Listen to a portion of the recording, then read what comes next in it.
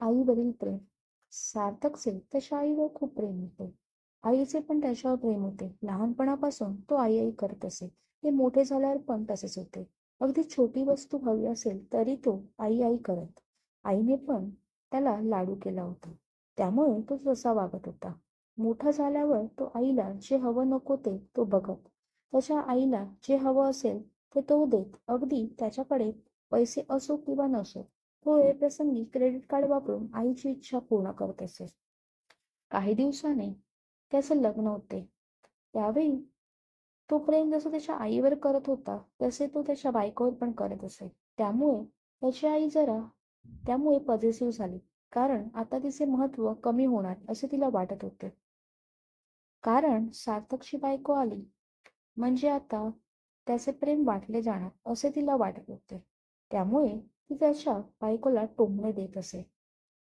लग्न झाल्यापासून तू बदलला असे, पण लग्न होऊन पण काहीच बदलले नव्हते. सार्थक आहे तसाच होता. तो त्याची आई जे सांगत ते तिला आणून देत असे. त्याची बायको चांगली होती म्हणून ते शक्य होते याचा विचार त्याची आई करत नव्हती. फक्त त्रास द्यायचे म्हणून बोलायचे याला काही अर्थ नव्हता. त्याचे लग्न झाल्यामुळे आता खर्च वाढला होता. त्याची बायको उधळी नव्हती. पण पहिले तो साध्या ठिकाणी राहत होता. आता तो चांगल्या ठिकाणी राहत असल्याने त्याचा खर्च होता. शहरात राहायचे म्हणजे थोडे कठीणच असतं. महागाईच्या जगात कितीही पैसा असला तरी कमीच पडतो. त्याची एकच चुकी होती. त्याची आई त्याच्या बायकोला काही काही बोलायची. त्यामुळे त्याच्या बायकोला खूप त्रास होत. तो त्याच्या आईवर असलेल्या प्रेमामुळे आईला काहीच म्हणत नसे. फक्त बायकोला नंतर समजावत. तुझी काही चूक नाही. पण मी बोललो तर आईला वाटेल तुझ्या बाजूने आहे म्हणून तो गप्प बसत.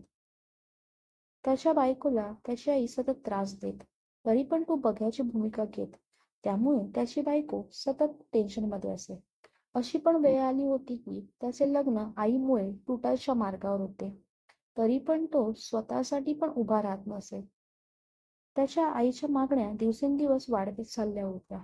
तो स्वतःच्या गरजा कमी करून आईची इच्छा पूर्ण करत असे.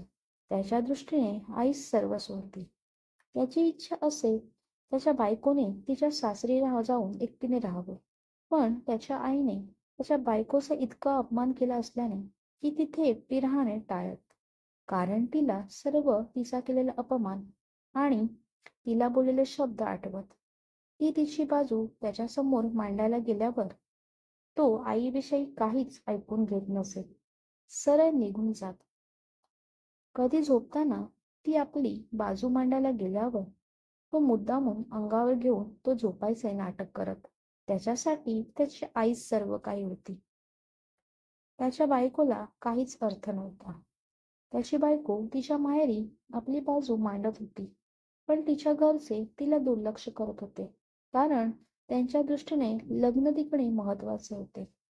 त्याच्या बायकोची घुसमट होत होती अशा माहोलमध्ये राहायला. पण तिच्याकडे पर्याय नव्हता. त्यामुळे ती अशा वातावरणात राहत होती. आपल्या आयुष्याचे भोग म्हणून आलेला दिवस जगत होती. ती आशा करत होती कधीतरी आपल्या नवऱ्याला आपल्याविषयी काहीतरी वाटेल.